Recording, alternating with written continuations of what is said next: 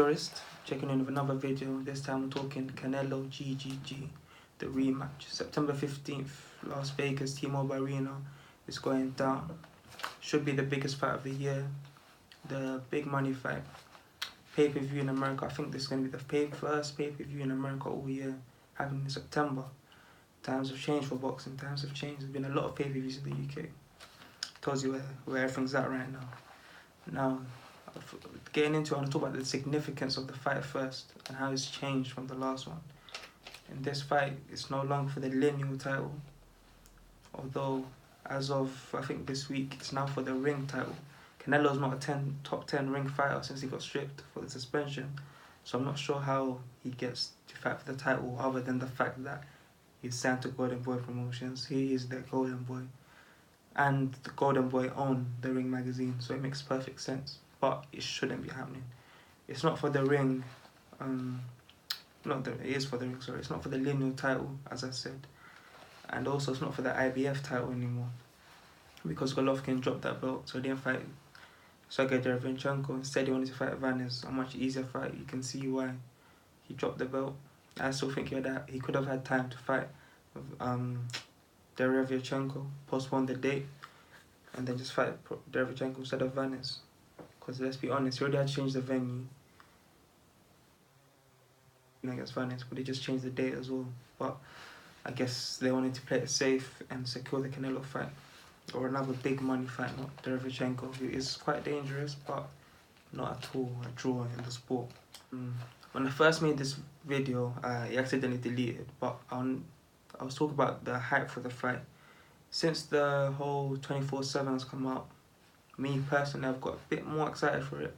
The spite between the fighters, how much they dislike each other, the disrespect, the way they're talking about each other. Golovkin's talking about early knockout. Canelo's talking about knockout, doesn't respect him. They're both saying each other don't have any power. So it's getting me a little bit more amped for the fight. But I have to say, the one major telling of a big fight is how much people are talking. During the drug testing period, where Canelo failed those 2 tests, there was a lot of talk about this fight. A lot of people were excited. There was a lot of drama and hype behind it. I feel like that's subsided substantially since then. I think people talk about it less. It's not on the forefront of people's minds as it was back then.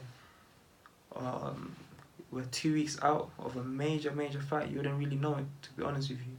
Even the Danny Garcia-Sean Porter fight happening this weekend, I don't know, I just don't feel hyped for it. I don't feel like it's just coming around the corner, because these are big fights.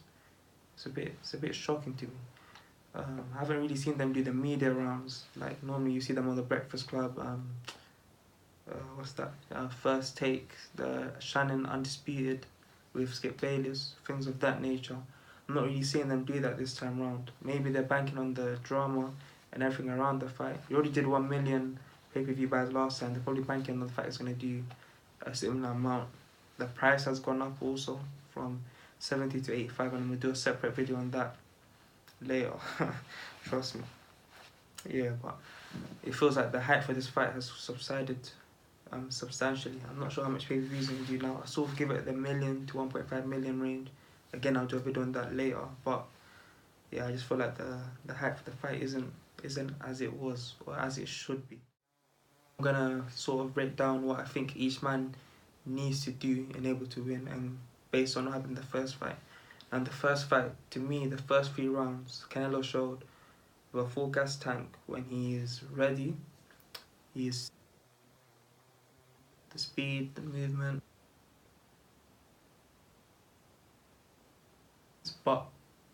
And a major but, Canelo is a front runner. Well, at the beginning, he looks great, he looks sharp, but as soon as a bit of fatigue starts to set in, he isn't the same fighter at all. And now, what that meant was, in the next 6 rounds after that, he basically did next to nothing and allowed Golovkin to pin him against the ropes, get his shots off. Golovkin was missing a lot, touching him with some rangefinder jabs, not really too many solid jabs, because as you know, there's not too many highlights of solid jabs from Golovkin, so he couldn't have landed that many.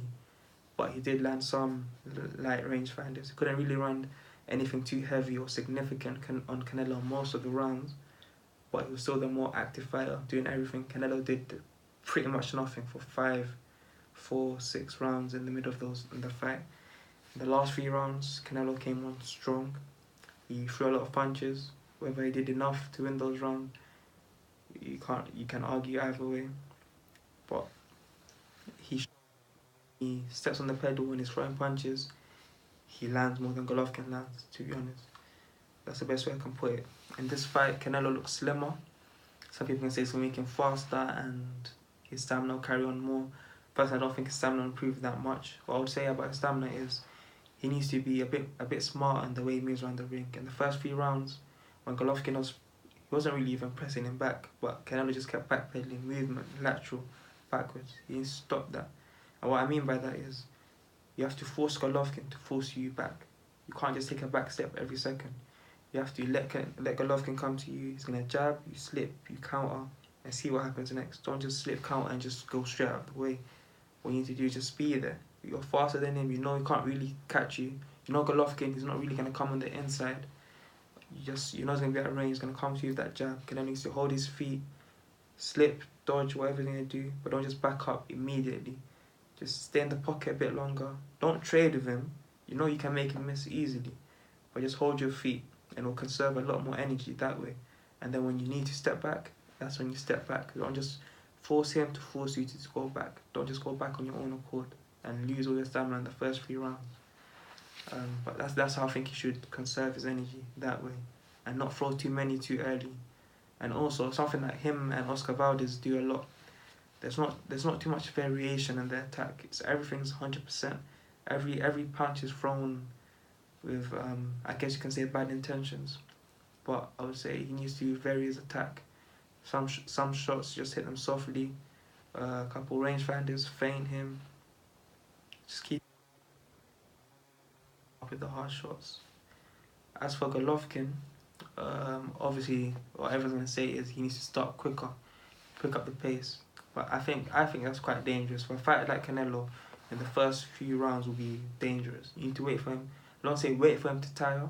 Maybe you can say you can force him to tire, but you can't just come in recklessly in the first round against Canelo. You will get caught, you will get clipped, you will get hurt. That's just how I see it personally.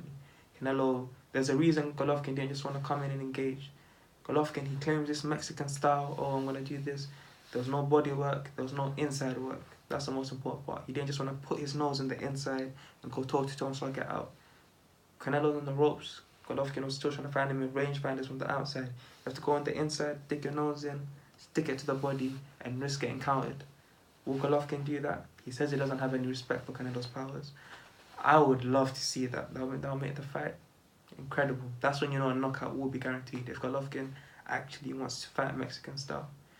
I know Canelo's a Mexican, he has to fight Mexican style, whatever, but he's not the one who's been banging him on about it for the last 5 years. So if Golovkin wants to truly be Mexican style, he needs to work the body, he needs to come on the inside, and he needs to apply himself with a lot of punches. When I see left hooks to the body, that's the main thing. Inside work, body work, left hooks, that's what I need to see for you to call yourself Mexican style. Otherwise, I don't buy you at all. Being come forward, aggressive fighter does not make it Mexican style. Those two are not equivalent. They are similar, but they're not equivalent. Hooks to the body and head, inside work and volume, combinations. That is Mexican style. That's what makes that style of boxing special. But what I would also say is another game plan that Tim Golovkin could use is one that Abel Sanchez's trainer used with Murat Gassiev. Murat Gassiev, if you were to ask, before the Dorticos fight, if anyone was to say, oh, Gassiev's gonna box on his back foot and outbox Dorticos, make him tire and take him out late, they'll call you an idiot, they'll call you crazy. You wouldn't think Gassiev had that kind of ability. I'll be honest, he did look quite crude. He wasn't exactly polished, but it was effective to me throughout the fight. I saw him as a ring general. Dorticos was a limited fighter in terms of he had that 1-2 style, not much variation, not much punch dexterity. He just kept it the same consistent way. Golovkin, I believe, technically he probably is better than Gassiev. He's got a better ring IQ, much more amateur pedigree, much more pro experience. But that also means he's getting on with age also. Taking the back foot game, I don't think it's in his nature. I think Abel Sanchez would have to talk him into it a lot, so I don't think it will really happen. But I still think that would be an easy way to win for him, because Canelo, as you've seen in his fights with Mayweather and his fights with Lara, he struggles badly with back foot boxes. He doesn't know how to cut off the ring. Even so that against Amir Khan. He clips Khan because everyone clips Khan. It's going to happen in the low of his hands. But he struggles to really cut off the ring, get you pinned against the ropes, and really trap an elusive fighter. It's quite difficult for him. So if Golovkin was able to box on the back foot, kind of similar to what he did against Lemieux, keep that jab pumping, make him come to you, it would be a tough night's work for Canelo. He probably would outbox Canelo. See how it goes. But although Golovkin doesn't really move his head on the defensive end, he does when he's throwing punches, he slips, gets his head off centre. But when he's defending, moving back, moving around the ring, you rarely see him move his head. That's also what Canelo needs to do. Once you catch Golovkin in one shot, he normally shows up, doesn't really do too much head movement, and you can catch him with a few combos. What we have to be wary of is, if you rewatch the first fight, you see Golovkin, every time Canelo gets a few shots off, lands a flashy combo, whatever, Golovkin's straight back on him. That's the best time to get onto a fighter, when he's just unloaded and used all his energy, and that's when you come on top of him. Let your hands go, see what happens, because once he has no energy and you hit him, that's when you're gonna hurt him. You're gonna hurt him good. One thing also I want to talk about in this fight is you see the Golovkin fans, they'll often tell you that Golovkin, he completely outworked Canelo, he made him look amateur, won the fight, was landing all the significant punches. And what they also tell you is he ate all of Canelo's best shots and kept walking forward. So where's Canelo's? And they give Golovkin so much credit for his chin. Oh, look where he took those shots. Where's Canelo's credit for his chin? If you think Golovkin outworked him and beat him up as much as you say you do, well shit, he must have a good chin, because he took all those shots and was still standing and still throwing big bombs in the last 3 rounds. So it amazes me that people give Golovkin so much credit. Golovkin is the bigger puncher in the ring. So the bigger puncher hit the other guy more, but you give credit to the big puncher for taking the other guy's shots. Doesn't make any sense to me, to be honest, if you know what I'm trying to say. If Golovkin's this big puncher and Canelo took all his shots, where's Canelo's credit for his chin? You can't have it. You see what I'm saying? It's a bit hypocritical to me to give Golovkin all the credit for his chin, but Canelo none. Prediction, nah, I'll leave a prediction for fight week, but what I will say is this will go points, and we know if it does go points, who the judges will favour. We saw in the first fight. They have changed the judges for this fight. I think the judge that gave it to Golovkin, they've kept him, and they've added 2 other judges. I can't remember their names at the top of my head. I remember Dave Ramey is there. Dave Ramey? Carl Moretti? Glenn Feldman also, and I can't remember the name of the third one. But these are all establishment judges who will, I would say, score favourably to Canelo when the outcome happens. That's what I believe.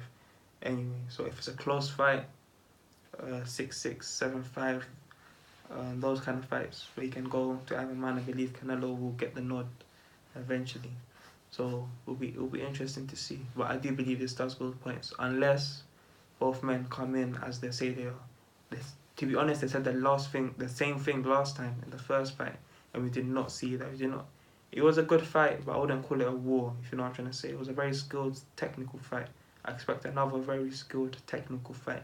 Not an all-out war, not a Hagler hands. I doubt I'm going to see that, unless Golovkin comes in like Hagler did, and then that would be a sight to behold, and that would be a very interesting fight to see how both men hold up. That's been my thoughts on the fight. Comment below what you think. I was a bit late with this video. I think it took a week after my first one, but I'm going to try to release another one in 2 days latest, and another one 2 days after that. I'll have the Sean Porter versus Danny Garcia fight up next, or one about Ryan Garcia. I'll let you lot vote for that on my story. It's Purist signing out. Like, comment, subscribe, and thank you for watching as always.